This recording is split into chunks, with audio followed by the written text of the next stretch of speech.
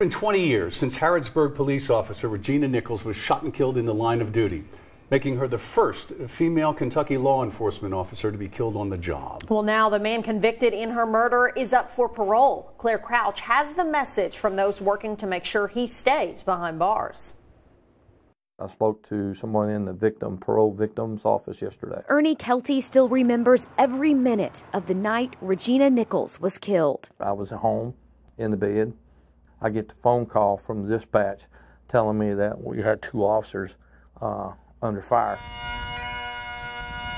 He was the chief of the Harrodsburg Police Department at that time. He spent each day of the past 20 years missing his kind and compassionate friend. Absolutely, it'll never go away. Regina Nichols was investigating a report of a suspicious person in the parking lot of a local factory on October 14, 1998, when she was shot and killed.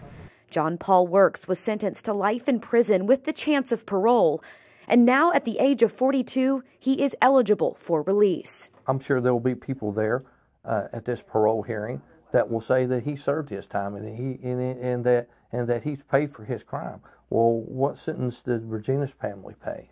You know, well, how long do they serve? Kelty has already begun writing the parole board and plans to speak at the hearing in October to explain the magnitude of her loss on a town and department the size of Harrodsburg, but most importantly, the loss Regina's family continues to grapple with daily. They didn't get to have their mom at a wedding, and they didn't get to have their mom when their grandchildren was born, you know, and nobody can replace those things.